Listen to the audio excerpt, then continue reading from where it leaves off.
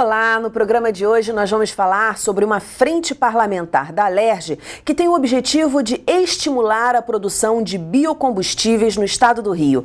Sobre esse assunto, eu converso com o deputado Roberto Henriques, com Geraldo Coutinho, presidente do Sindicato Fluminense dos Produtores de Açúcar e Álcool, e com Frederico Menezes Veiga, presidente da Associação Fluminense dos Plantadores de Cana. Muito bem-vindos ao programa. Deputado, como é que foi o trabalho de lançamento dessa frente parlamentar e como é que surgiu essa ideia?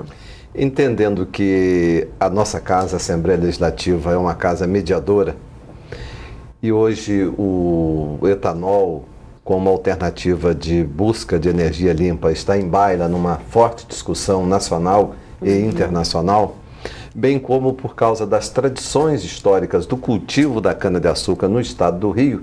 Isso ensejou em mim e outros parlamentares que compõem a frente em defesa do setor sucroenergético o lançamento dessa frente para entrarmos na grande discussão nacional. Hoje até mesmo a presidenta Dilma tem colocado muito em seus discursos a necessidade da produção de etanol, e isso eu creio que poderá fortalecer o setor sucroenergético, tanto na produção do açúcar, do álcool, como a produção do etanol. E ninguém mais do que o estado do Rio de Janeiro, que tem tantas tradições históricas nesse setor, inclusive aqui o Frederico Menezes da Veiga, ele pode dar um pouco dessa historicidade, né, do cultivo da cana-de-açúcar, que pouca gente sabe, mas a primeira planta cana aqui na América Latina foi no estado do Rio de Janeiro, inclusive na região norte fluminense, o que Frederico poderia detalhar um pouco sobre essa historicidade. Exato. Maravilha, Frederico. Ótimo. Então detalha pra gente, conta essa história um pouco. Então, o início da produção de cana no estado do Rio teve início aqui próximo da capital, mas o grande desenvolvimento foi lá na nossa região, no norte fluminense. E lá, através de uma estação experimental, né, o falecido Frederico Veiga, ele pôde desenvolver os primeiros tipos de canas adaptados ao Brasil, que deu suporte a todo esse desenvolvimento que hoje o Brasil tem aí no setor, né? Os primeiros cultivares de cana suportam não só para o Brasil, outros países também lançaram mão das canas produzidas lá em Campos, foram as variedades CB, que significa Campos Brasil. Seu pai. Chegou até na África, né? Isso, na África, chegou até na África, nos Estados Unidos, Seu pai fez esse trabalho. Exato. E qual é o perfil do produtor fluminense de cana? Esse é o grande detalhe do sistema de produção da nossa região. A nossa região, diferentemente de outras regiões do país, ela é composta, na sua grande maioria, por pequenos produtores. Então é diferente do modelo que está se implantando nas regiões chamadas regiões de expansão da cana-de-açúcar no país. Então esse pequeno produtor, ele como representa grande parte da produção, né, isso dá um caráter de distribuição de renda, atividade no setor bem diferente, né, uma distribuição de renda onde o pequeno produtor participa, né, diferentemente das outras regiões onde os investidores normalmente eles adquirem a terra ou arrendam a terra, garantem toda a sua matéria-prima. Então essa é um detalhe que realmente requer uma atenção toda especial à produção nossa de cana na nossa região. Para a dona de casa entender, o que é esse pequeno produtor? Bom, o pequeno produtor é aquele que produz, vamos dizer, são módulos de produção, ele tem a sua produção, em média, em tamanho de 5 campos de futebol, né, 5 hectares. Então, é pequena produção em termos de cana-de-açúcar, isso é muito pequeno comparado a grandes extensões que são plantadas em outras regiões. Então, ele consegue sobreviver ou ter aquela renda, compondo a sua renda familiar, com aquela atividade que ele já vem de tradição, como foi colocado. A região noroeste fluminense, portanto, se caracteriza por um grande número de estabelecimentos rurais, seria isso. Exato. Enquanto em outras regiões existe uma concentração de terra nas mãos de pouca gente, lá na nossa região norte-noroeste, teríamos um grande número de estabelecimentos rurais, propício, inclusive, ao sistema de cooperativa. Exatamente. Então, associados à nossa associação, são cerca de 10 mil pequenos produtores, né? Então, esse sistema cooperativista é um sistema que deve ser modelo para a nossa região. Inclusive, existem alguns exemplos de até mesmo de administrar uma unidade industrial que foi colocada, que tem dado certo, né? Um modelo do próprio produtor gerenciar uma comunidade. Então, é uma tensão, até a própria transferência de tecnologia, todo o processo é um processo muito peculiar, né, da nossa região, que historicamente sempre teve essa grande participação do pequeno produtor no sistema de produção. Deputado, então a gente está falando também de distribuição de renda com essa frente. Sem dúvida alguma, nós acreditamos que a nossa região norte fluminense e a noroeste tem uma grande vocação de distribuidor de riquezas.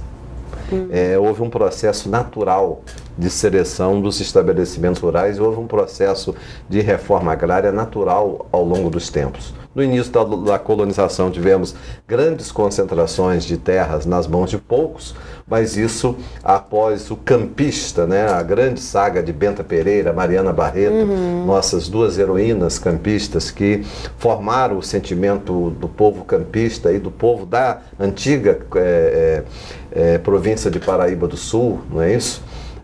Nós pudemos verificar que ao longo dos anos o que ficou estratificado e chegou aqui até os nossos tempos foi uma presença de inúmeros estabelecimentos rurais, e não apenas um grande estabelecimento, 2, 3, 4, 5, 6, né, grandes produtores e donos de terras. Então isso conspira a nosso favor, a favor de a terra estar na mão daquele que nela trabalha, naquele que suja a botina no solo, naquele que suja a botina da bosta da vaca, é isso? Então, de formas que essa grande vocação nossa, no nosso entender, propicia uma melhor distribuição de renda. Então nós estamos além daquilo que está São Paulo, o Noroeste Mineiro e outras regiões onde existem grandes produtores, porém a população de fora desse processo. Sim, é interessante observar esse processo de desenvolvimento econômico para todos. Verdade. Né? Goiás me parece também, que Goiás está expandido. Quando o Frederico fala aqui das grandes zonas de expansão,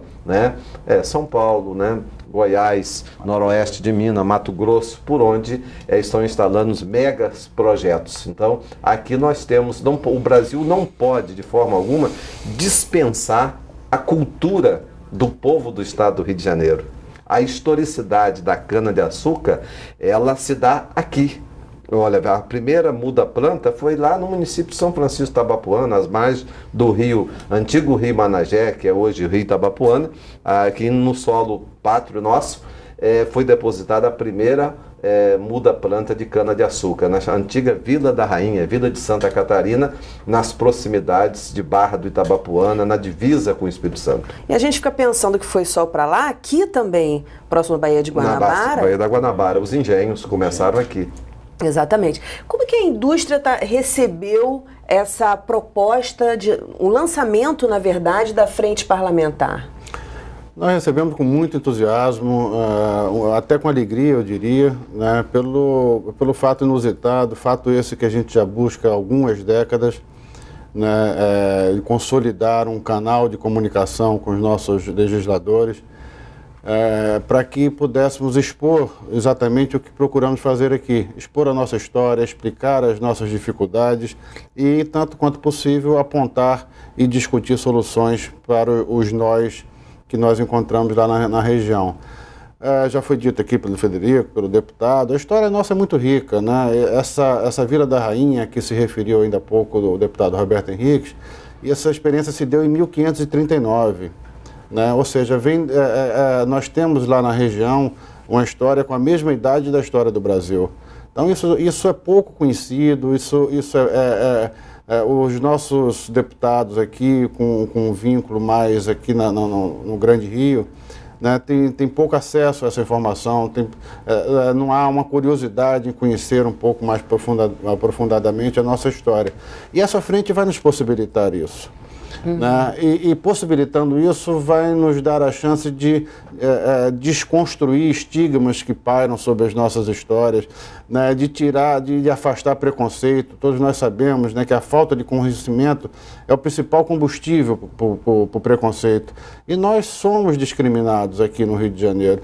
Não é uma exclusividade da cana-do-açúcar. A atividade agrícola, de um modo geral, recebe pouca atenção daqui do centro do poder aqui no Rio de Janeiro. E através dessa iniciativa há uma chance aí muito nobre de nós começarmos a reverter essa lógica que é muito perversa para nós que convivemos lá no interior com todas essas dificuldades. É um aspecto muito bem descrito aqui pelo Frederico, né? A nossa estrutura fundiária, ela que, numa análise externa, se apresenta como impeditivo à expansão do setor, né? Numa avaliação mais criteriosa, mais cuidadosa, nós vamos identificar que ali nós temos, diferentemente de todas as outras regiões produtoras do Brasil, uma riqueza social tremendamente relevante. Né? Como você mesmo também mencionou ainda há pouco, ali nós temos uma experiência de uso democrático do solo. Né? Ali nós temos a oportunidade de criar novos paradigmas para o Brasil açucareiro, né? Com a inserção de condomínios de produção, com a inserção de cooperativas, experiências essas que já estão sendo levadas a efeito ali na região, mas que precisa do Estado para se alargar, precisa da mão forte do poder para que isso se vire um exemplo a ser seguido por todos os 10 mil produtores de cana que ainda heroicamente insistem em seguir adiante nessa atividade, porque realmente não é um exagero, não é que uma dialética barata, não, é uma verdade. Só um herói teria sobrevivido às dificuldades que o produtor rural nosso naquela região enfrentou e atravessou nesses últimos 20 anos. Eu vou deixar esse gancho para o nosso próximo bloco, porque agora eu vou chamar um intervalo e a gente volta já já.